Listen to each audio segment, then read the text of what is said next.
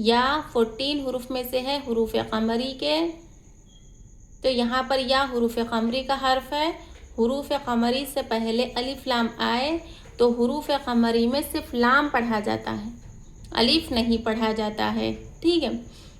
اور ایک بات، حروف قمری کی اور ایک آسان سا طریقہ بھی ہے پہچاننے کا، ٹھیک ہے نا۔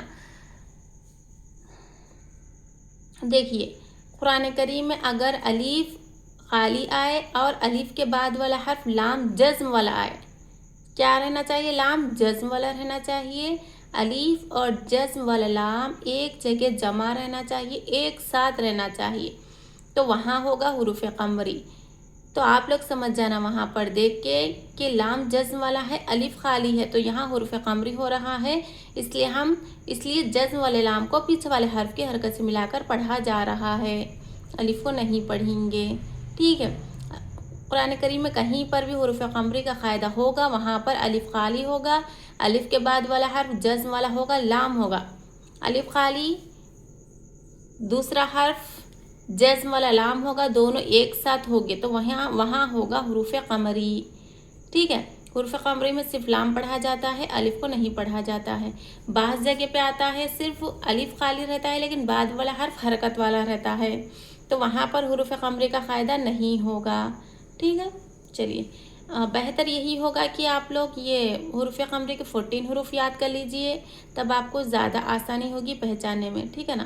یہ بھی آسان ہی طریقہ ہے، الف خالی لام جزم والا دونوں ایک ساتھ رہنا، ٹھیک ہے نا، ایک جگہ جمع رہنا، تو وہاں پر حروف قمری ہوگا۔